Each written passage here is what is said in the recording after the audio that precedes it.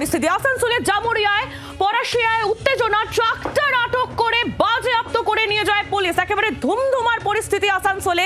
মাটি চুরিকে কেন্দ্র করে এই অশান্তি বলে জানা যাচ্ছে। জামুরিয়ার পরাশিয়া এলাকার এই ঘটনা রীতিমতো উত্তেজনা ছড়িয়েছে এলাকায়।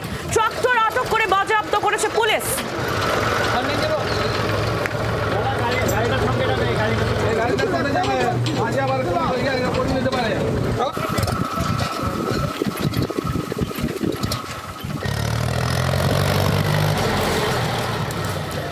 বাসুদেব চট্টোপাধ্যায় আমাদের প্রতিনিধি রয়েছেন আমাদের সঙ্গে টেলিফোন লাইনে। বাসুদেব, কি খবর? দেখো, ইতিমধ্যে যেটা জানতে পারা যাচ্ছে যে মাটি চুরিকে কেন্দ্র করে রীতিমতো উত্তেজনা এলাকায় শুরু হয়েছে। জামুরিয়াতে রীতিমতো উত্তেজনা এবং যার বিরুদ্ধে অভিযোগ তাকে ঘিরে বিক্ষোভ, তার হেলমেট খুলে ফেলে দেওয়া হয়।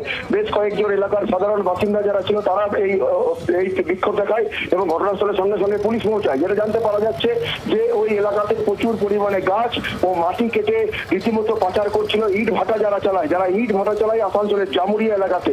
কয়লা চুরি, বালি চুরিতে রয়েছে, এখন মাটি চুরি শুরু হয়েছে এবং প্রায় 10 ফুটের মতো গর্ত করে তারা মাটি চুরি করে নিয়ে চলে যাচ্ছে।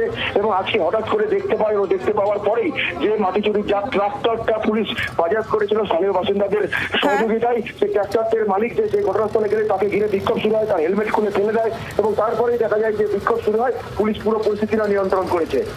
একেবারে ধন্যবাদ বাসুদেব, তুমি নজর রাখো। আপনাদের শোনাবো স্থানীয়রা এই ঘটনার পর তারা ঠিক কি বলছেন, শুনুন। আমার গাড়ি খাবার খেতে দাঁড়িয়ে ছিল, ড্রাইভার ফোন করলো যে উজ্জ্বল ঘোষ, অরবিন্দ ঘোষ আমার গাড়ি চাবি কেড়ে নিয়েছে। আমি যখন দেখতে যাই, মনেশ ঘোষ প্রধানের স্বামী সে মারধর করলো, উজ্জ্বল ঘোষ সে মারধর করলো। আর এরা তো নীলকণ্ঠ ঘোষ, অরবিন্দ ঘোষ এখানে গ্রামেই থাকে।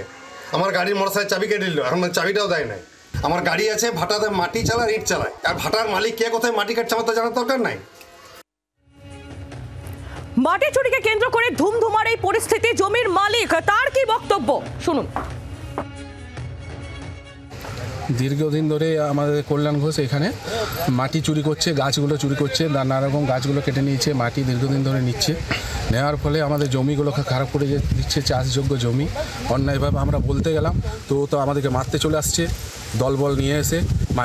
একটা মাটি মাফিয়া দীর্ঘদিন ধরে এখন ওর গাড়িটা লোড করতে এসেছিলো, ওর গাড়িটাকে আমি আটকেছি। এখন এখানে 2.5 বিঘা জমির পুরো 10 ফুট ডিপ করে মাটিটা কেটে নিয়েছে।